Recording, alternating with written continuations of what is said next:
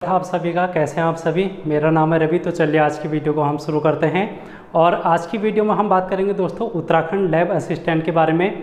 और हम यहाँ पर इसके सिलेबस को डिस्कस मैंने आप लोगों को कर लिया है। वैसे अगर आप लोगों ने सिलेबस वाली वीडियो नहीं देखी है देख लेना। इसमें हम उस सिलेबस को किस प्रकार से कवर कर सकते हैं, कौन सी बुक है जिनका हम यहाँ पर सहारा ले सकते हैं और किस बुक को पढ़ के हम अपनी तैयारी को मजबूत कर सकते हैं, इन सभी के बारे में हम यहाँ पर डिस्कस करने वाले हैं। तो चलिए वीडियो को शुरू करते हैं। और आई होप आप लोगों ने अभी तक फॉर्म अगर नहीं भरा है तो फॉर्म आप लोग फिल कर लें और आप लोगों ने फॉर्म फिलअप कर लिया होगा, ऐसी उम्मीद मैं आप लोगों से कर सकता हूँ। तो चलिए वीडियो को शुरू करते हैं और यहाँ पर डिटेल में हम यहाँ पर आज की क्लास में जानकारी लेने वाले हैं और एक बेहतरीन रणनीति बनाने की कोशिश करते हैं। अगर आप इस चीज़ को फॉलो करते हैं तो डेफिनेटली एक सही डायरेक्शन में आप अपनी तैयारी को कर पाएंगे। देखो यहाँ पर आप लोगों के सामने दो पेपर देखने को मिलेंगे। एक पहला पेपर है जीके जीएस सामान्य ज्ञान और सामान्य अध्ययन का पेपर है, जो कि 100 क्वेश्चन आप लोगों से पूछे जाएंगे। इसमें 100 नंबर का होगा, 2 घंटे का पेपर आप लोगों का पहला पेपर होगा। उसके बाद आपका पेपर सेकेंड होगा और जो आपका सब्जेक्ट है, जिस भी सब्जेक्ट से आप लोगों ने फॉर्म भरा है, चाहे आप यहाँ पर फिजिक्स की बात करें, केमिस्ट्री की बात करें, बॉटनी, जूलॉजी, जिससे भी आप लोगों ने फॉर्म फिलअप कर रखा है उस सब्जेक्ट के बारे में आप लोगों से पूछा जाएगा 200 नंबर के क्वेश्चन में। और इस तरीके से आप लोग देख पा रहे हैं 300 नंबर का टोटल एक पेपर आप लोगों का ये संपूर्ण पेपर बन जाएगा। तो दोनों की हम यहाँ पर बात करते हैं। सबसे पहले हम बात कर लेते हैं पेपर सेकेंड की। तो यहाँ पर फिजिक्स आप लोगों को देखने को मिल रही है, केमिस्ट्री, बॉटनी, जूलॉजी, इसके अलावा आप लोगों को ज्योग्राफी देखने को मिलेगा। तो ये कुछ सब्जेक्ट हैं जिसके बारे में आप लोगों को पता होना चाहिए और आप लोगों ने इनसे फॉर्म फिलअप कर लिया होगा। इसकी तैयारी कैसे करनी है, आप लोगों ने 12th लेवल तक ये सारी चीज़ें पढ़ रखी हैं तो ज़्यादा दिक्कत आप लोगों को होगी नहीं अगर आप लोग साइंस बैकग्राउंड के हैं। और उसके बाद अगर आप लोगों ने बीएससी वगैरह जो भी साइंस बैकग्राउंड से अगर ग्रेजुएशन कर रखा है तब आप लोगों के लिए ये उतने टफ नहीं लगेंगे क्योंकि आप लोगों ने इन चीज़ों को पढ़ रखा है। लेकिन फिर भी मैं आप लोगों को बताना चाहूँगा, अगर आप इसकी तैयारी को बेहतरीन ढंग से करना चाहते हैं तो आपको क्या करना है, यहाँ पर हर एक सब्जेक्ट के आप लोगों को किताब ले लेनी है। जैसे अगर हम फिजिक्स की बात करेंगे तो एनसीईआरटी की किताबें आप लोग क्या कर लेंगे, डाउनलोड कर लेंगे। इसकी एक गूगल प्ले स्टोर से एप्लीकेशन आती है, एक एनसीईआरटी बुक करके, उस प्लेलिस्ट को अगर आप लोग डाउनलोड करेंगे, वहाँ से आप लोग डाउनलोड करेंगे गूगल प्ले स्टोर से एनसीईआरटी की एक एप्लीकेशन। वहाँ पर हर एक क्या कहते हैं क्लास का, तो हर एक क्लास का आप लोगों को यहाँ पर बुक देखने को मिल जाएगी। आप लोगों ने क्या करना है, कक्षा 9th की, 10th की बुक, 11th और 12th, ये 4 किताबें आप लोगों ने डाउनलोड कर लेनी है। जैसे अगर मैं किसी एक सब्जेक्ट की बात करूं, फिजिक्स की बात करूं, तो कक्षा 9, 10, 11, 12 ये 4 आप लोगों को किताबें डाउनलोड कर लेनी है। पीडीएफ फॉर्म में आप लोगों को वहाँ पर मिल जाती है। और फिर आप लोग एक जो समय आप लोगों ने बना रखा है, टाइम टेबल आपका फिक्स कर रखा है, उस टाइम टेबल के अकॉर्डिंग अगर आप पढ़ाई करते हैं तो डेफिनेटली एग्जाम तक आप लोगों का ये सिलेबस कंप्लीट हो जाएगा। इसके अलावा कौन सी बुक का आप हेल्प ले सकते हैं, तो लूसेंट की बुक आती है, एक लूसेंट की बुक आती है, सब्जेक्ट वाइज भी आप लोग ले सकते हैं। ठीक है, साइंस की बुक जो लूसेंट की है उसका आप हेल्प ले सकते हैं, वहाँ से भी आप लोगों को डेफिनेटली फ़ायदा मिलेगा। इसके अलावा परीक्षा वाणी का सामान्य विज्ञान की बुक ले सकते हैं, वहाँ से भी आप लोगों को हेल्प मिल सकती है। लेकिन ज़्यादा बुक इकट्ठी ना करें क्योंकि आपके पास यही बुक काफ़ी है।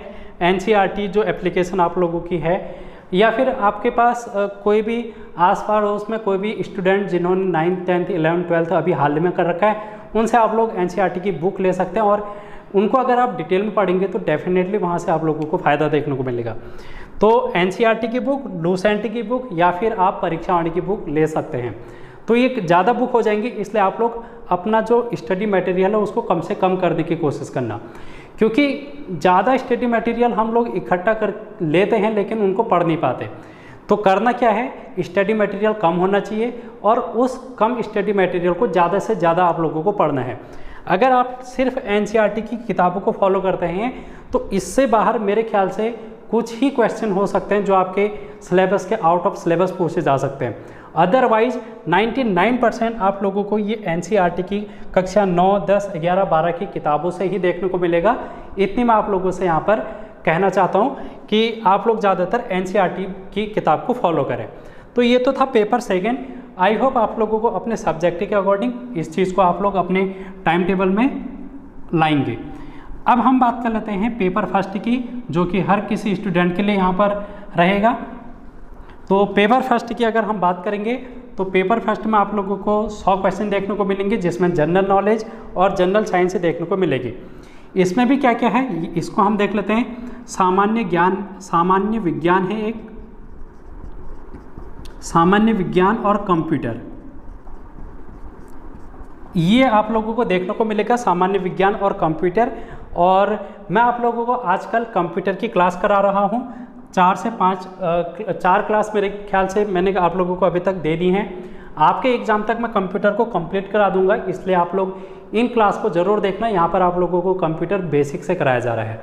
इसके अलावा सामान्य विज्ञान की भी क्लास मैंने आप लोगों को करा रखी है। कुछ क्लासेस जब मैं यहाँ पर जो कनिष्ठ सहायक हैं उनको मैं पढ़ा रहा था, सामान्य विज्ञान मैंने वहाँ पर कुछ क्लासेस ले रखी हैं, तो सामान्य विज्ञान आप लोग वहाँ पर से पढ़ सकते हैं। अदरवाइज अगर आप सामान्य विज्ञान नहीं भी पढ़ते हैं तो जो आपका पेपर सेकंड है वो तो सब्जेक्ट वाइज ही है, वहाँ पर आप लोगों को पढ़ना ही है। लेकिन आप लोगों को सामान्य विज्ञान ऐसी पढ़नी है जिसमें आप लोगों को केमिस्ट्री, फिजिक्स, बायोलॉजी ये सभी चीज़ें देखने को मिलेगी, और कंप्यूटर अलग से पढ़ना है। तो यहाँ से भी आप लोगों को क्वेश्चन देखने को मिलेंगे, बहुत सारे कंप्यूटर से पूछ लेता है यूपीएससी क्वेश्चन, बहुत सारे क्वेश्चन पूछे जाते हैं, 5 से 10 क्वेश्चन आप लोगों को पूछे जा सकते हैं। तो इसलिए आप लोगों को रेडी रहना है कंप्यूटर के लिए, और कंप्यूटर आप लोगों को डेली मैं करा रहा हूँ, तो ज़रूर जुड़ना, वहाँ पर से आपको फ़ायदेमंद क्लासेस देखने को मिलेंगी। इसके अलावा सामान्य विज्ञान और कंप्यूटर के अलावा आप लोगों को यहाँ पर हिस्ट्री देखने को मिलेगी, हिस्ट्री और पॉलिटी, ज्योग्राफी यहाँ पर देखने को मिलेगी। और ज्योग्राफी के अलावा आप लोगों को इकोनॉमिक्स भी देखने को मिलेगी। इकोनॉमिक्स के अलावा उत्तराखंड और इन सब के अलावा आप लोगों को रीजनिंग देखने को मिलेगी, रीजनिंग। और रीजनिंग के अलावा आप लोगों को यहाँ पर करंट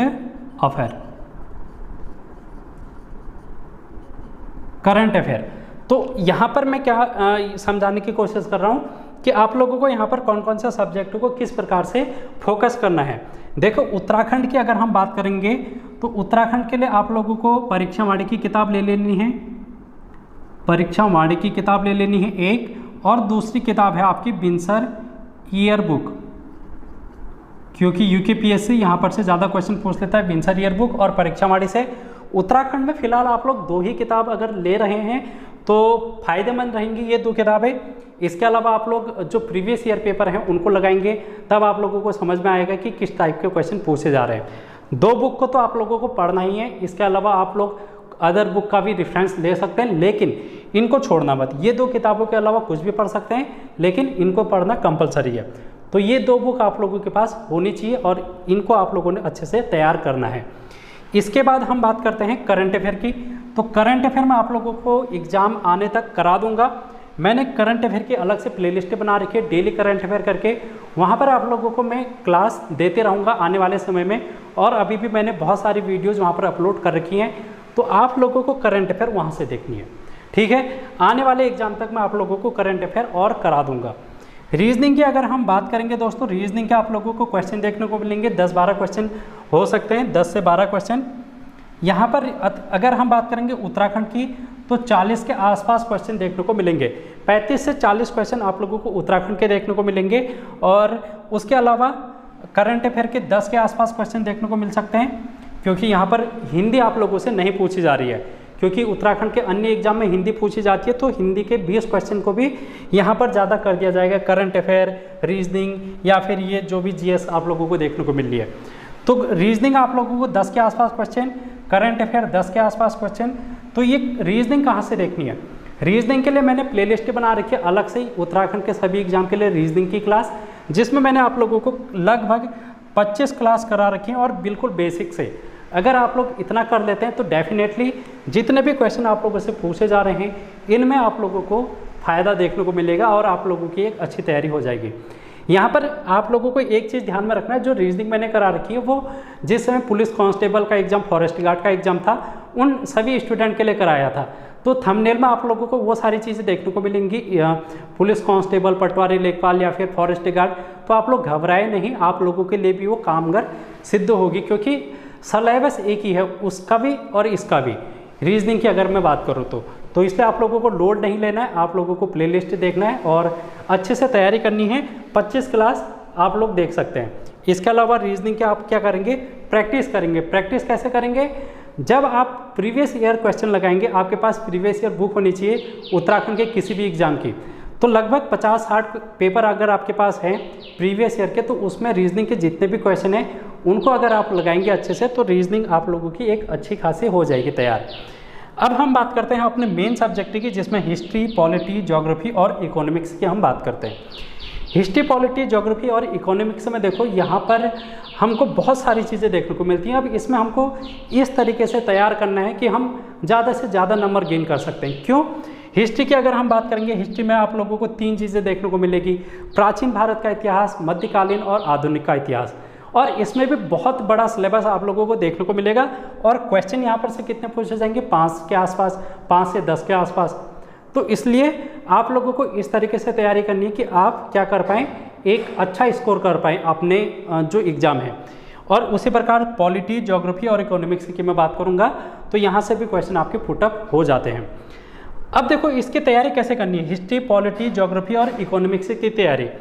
इसके लिए सबसे पहले अगर मैं अपने YouTube चैनल की बात करूंगा, तो यहाँ पर मैंने एक प्लेलिस्ट बना रखी है, अंतिम 50 दिनों का महासंग्राम।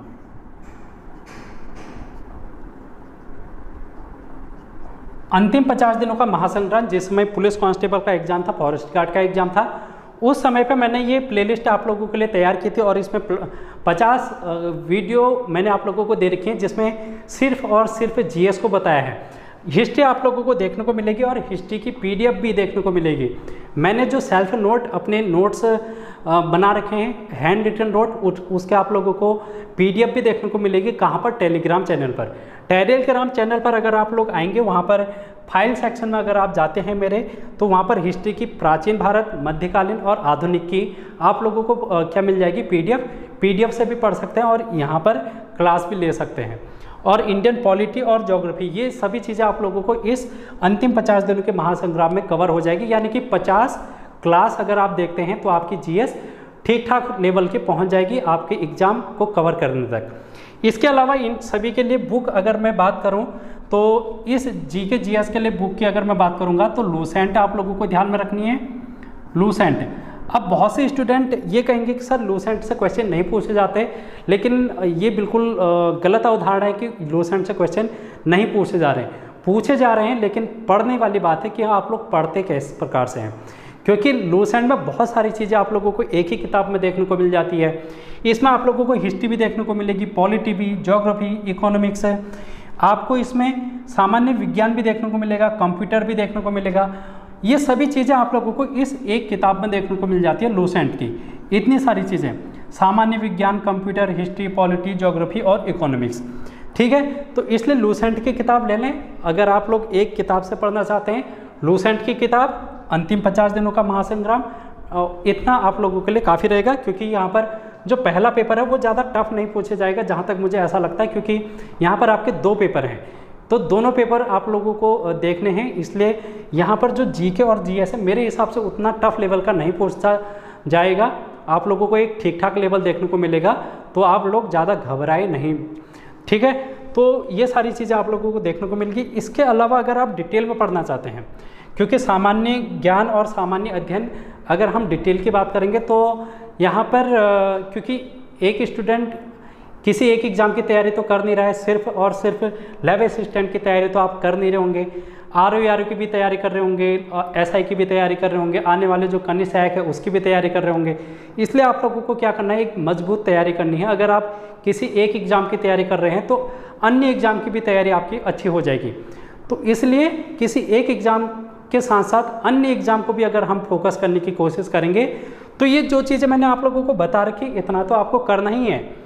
इसके अलावा जो हिस्ट्री, पॉलिटी, इकोनॉमिक्स और ज्योग्राफी की अलग बुक आती हैं, जैसे हम बात करेंगे दोस्तों घटना चक्र की बात करते हैं। तो घटना चक्र भी एक ऐसी किताब है जहाँ से अच्छा खासा आप लोगों का पोर्शन कंप्लीट हो जाता है।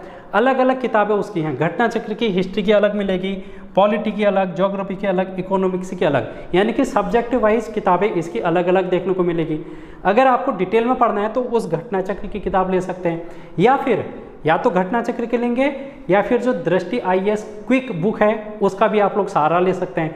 तो दोनों में से कोई एक बुक ले लें, या तो घटना चक्र की बुक ले लें या फिर दृष्टि IAS क्विक बुक करके जो आती है, उसमें भी सब्जेक्ट वाइज आती है, हिस्ट्री, पॉलिटी, ज्योग्राफी, इकोनॉमिक्स, उनको आप डिटेल में पढ़ सकते हैं। तो ये तो था किताबें कौन सी होनी चाहिए और किस प्रकार से हमारा कंटेंट तैयार होना चाहिए। अब हम बात करते हैं इतना सारा कंटेंट तैयार कैसे किया जाए कम समय में। बात ये आ जाती है क्योंकि जो किताबें हैं और जो सिलेबस है वो आप सभी को पता चल ही जाता है। आपके पास PDF भी होगी, अगर नहीं है तो मेरे टेलीग्राम चैनल से डाउनलोड कर लेना सिलेबस की PDF, वहाँ पर आप लोगों को सिलेबस डिटेल में मिल जाएगा। लेकिन बात ये आती है कि हम तैयारी के दौरान इस सिलेबस को कैसे तैयार करें, क्योंकि ये सबसे बड़ी दिक्कत होती है हर एक स्टूडेंट के साथ। एग्ज़ाम आने तक हमारा सिलेबस अच्छे से कंप्लीट नहीं हो पाता है और फिर उसका खामियाजा हमको रिजल्ट में देखने को मिलता है। तो इसलिए मैं एक चीज़ आप लोगों से ये कहना चाहूँगा कि अगर आप तैयारी कर रहे हैं तो बिल्कुल ढंग से तैयारी करें, यहाँ पर अपनी ज़िंदगी के साथ मजाक ना करें, ठीक है। तो मजाक कहने का मतलब ये है कि आप आलतू फालतू की चीज़ों से दूरी बनाए रखें और जो आपको डिस्ट्रैक्ट करती हैं, और एक अच्छा सा डेली का आप लोग क्या कर रहे हैं, एक टाइम टेबल को एक नोट डाउन कर लें अपना, किस समय पर उठना है, कितने बजे सोना है, कितने बजे खाना खाना है। ये सारी चीज़ें टाइम टेबल के अंतर्गत आती हैं, क्योंकि सिर्फ पढ़ाई नहीं होती है टाइम टेबल में पूरी दैनिक जीवन की हमारी जो दैनिक दिनचर्या होती है वो सभी आ जाती है। कितने बजे उठ रहे हैं, कितने बजे सो रहे हैं, कितने बजे गर्लफ्रेंड से बात कर रहे हैं, कितने बजे बॉयफ्रेंड से बात कर रहे हैं, कितना हम सोशल मीडिया पर लगे हुए हैं, कितना हम रील्स देख रहे हैं, कितना हम यूट्यूब पर देख रहे हैं, कितना हम फेसबुक देख रहे हैं। ये सारी चीज़ें मैटर करती हैं टाइम टेबल में। तो इन चीज़ों को भी आप लोग, जो आपके काम की नहीं है, जो आपके एग्ज़ाम में नहीं पूछी जा रही हैं, या फिर जो आपके सिलेबस से बाहर है चीज़ें आपके जो दैनिक जीवन में, उन चीज़ों को थोड़ा सा साइड करने की कोशिश करें। ऐसा नहीं कि आप लोग सन्यासी बन जाए और सब कुछ छोड़ दिया, ऐसा बिल्कुल नहीं कह रहा, लेकिन जहाँ तक संभव हो सके जो सोशल मीडिया का डिस्ट्रैक्शन है या फिर अन्य डिस्ट्रैक्शन जो आपको आप देखने को मिलती है, जहाँ पर से आप लोगों का मन पढ़ाई में ना लग के उन चीज़ों में लगता है, तो उन चीज़ों को कम करने की कोशिश करना। टाइम टेबल एक बना लेना अच्छा सा, और इस टाइम टेबल को क्या करना है, आप लोगों को फॉलो करना है, ठीक है। इसको अगर आप फॉलो करेंगे डेली जब तक आपका एग्ज़ाम नहीं हो जाता, और टाइम टेबल मैं आप लोगों को यहाँ पर नहीं बता रहा कि किस प्रकार से आप लोगों को करना है। 6 से 7 घंटे का अगर आप लोगों का एक अच्छा खासा टाइम टेबल बन रहा है तो ये काफ़ी है, मतलब 6 से 7 घंटा एक अच्छा खासा टाइम टेबल पढ़ाई करने का बन जाता है। तो इस चीज़ को आप लोगों को फॉलो करना है, अच्छी तरीके से तैयारी करनी है, ठीक है। तो आई होप आप लोगों को समझ में आया होगा कि किस प्रकार से आपको तैयारी करनी है और किस प्रकार से आगे को बढ़ना है। और एक चीज़ हमेशा ध्यान में रखना, जब भी आप तैयारी करते हैं तो आपका लक्ष्य होना चाहिए, और लक्ष्य आप लोगों का लैब असिस्टेंट का अगर है तो आप लोगों को इसके पीछे लग जाना है, क्योंकि कुल 107 वैकेंसी है। यहाँ पर 107 वैकेंसी है, और 107 वैकेंसी में आप लोगों को हज़ारों पोस्ट यहाँ पर फॉर्म देखने को मिलेंगे। 50,000 के आसपास इसको मान सकते हैं। अगर आप लोग इसको 50,000 50K देखने को मिलेगा, तो इस भीड़ में से आप लोगों को 100 में आना है, टॉप 100 की लिस्ट में। जब आप लोगों को टॉप 100 की लिस्ट में आना है तो आप लोगों को ये 50,000 से हट के काम करना है। कुछ तो ऐसा करना है जो ये 50,000 नहीं कर रहे होंगे। अगर आप लोगों को इस 107 की लिस्ट में आना है तो आपको इसकी लिस्ट में अगर आप आना है तो टाइम टेबल, जो भी टाइम टेबल आपने बना रखा है, जो भी आपका डेली रूटीन है, उसको फॉलो करना है। सुबह उठना, शाम को सोना, अन्य चीज़ों को साथ में लेके चलना, वो सारी चीज़ों को आप लोगों को मैनेज करना है। और मेन बात यह है कि हम तैयारी करने के दौरान हम लोगों को चीज़ें याद नहीं हो पाती हैं, तो इसलिए इस टाइम टेबल में आप लोगों को क्या करना है, जो भी चीज़ आप पढ़ रहे हैं उसको रिवीजन भी करते जाइए। रिवीजन के लिए भी डेली का 1 घंटा निकालना। जो भी आप लोगों ने पहले दिन पढ़ रखा उसको आप लोग क्या कर लें, रिवीजन कर लें 1 घंटा, तो वो ज़्यादा बेनिफिशियल रहता है। तो इसलिए जो भी चीज़ें पढ़ रहे हैं उसको रिवीजन भी करेंगे और अपनी तैयारी को बेहतरीन ढंग से करेंगे। आई होप मैंने आप लोगों को बुक बताई दी है, किस प्रकार से तैयारी करना है वो सारी चीज़ें बता दी हैं। दिक्कतें आती हैं लेकिन आप लोगों को उन दिक्कतों को नज़रअंदाज करना है, इग्नोर करना है। जिस दिन आपका सिलेक्शन हो जाएगा वो सारी प्रॉब्लम्स आपकी लाइफ से हट जाएंगे। अगर आप लोग ये सोचते हैं कि यार मेरे साथ ऐसा क्यों हो रहा है, वैसा क्यों हो रहा है, मेरी ज़िंदगी में तो दुख है, ये है वो है, बहुत सारी चीज़ें आपके साथ होंगी, लेकिन हार नहीं माननी है अंतिम प्रयास तक। जब तक सिलेक्शन नहीं हो जाता तब तक पीछे नहीं हटना है। अगर आप एक सीरियस वे में तैयारी कर रहे हैं, अगर आप एक ईमानदारी के तौर पर अपने साथ और अपने फैमिली के साथ ईमानदार हैं, अपने इस एग्ज़ाम को लेकर ईमानदार हैं और तत्पर हैं, तो डेफिनेटली आप लोग इन चीज़ों को फॉलो करेंगे और एक अच्छे भविष्य की ओर आप लोग अग्रसर होंगे। तो इन्हीं शुभकामनाओं के साथ कि आप लोग एक अच्छा प्रयास करेंगे और अच्छी तैयारी करेंगे और अपना फ्यूचर आने वाले समय में बेहतरीन दिशा में ले जाएंगे। तो all the very best, thank you so much. जहाँ पर भी कोई दिक्कत होती है आप लोग टेलीग्राम चैनल पर पूछ सकते हैं, लिंक आप लोगों को डिस्क्रिप्शन बॉक्स में मिल जाएगा। Thank you.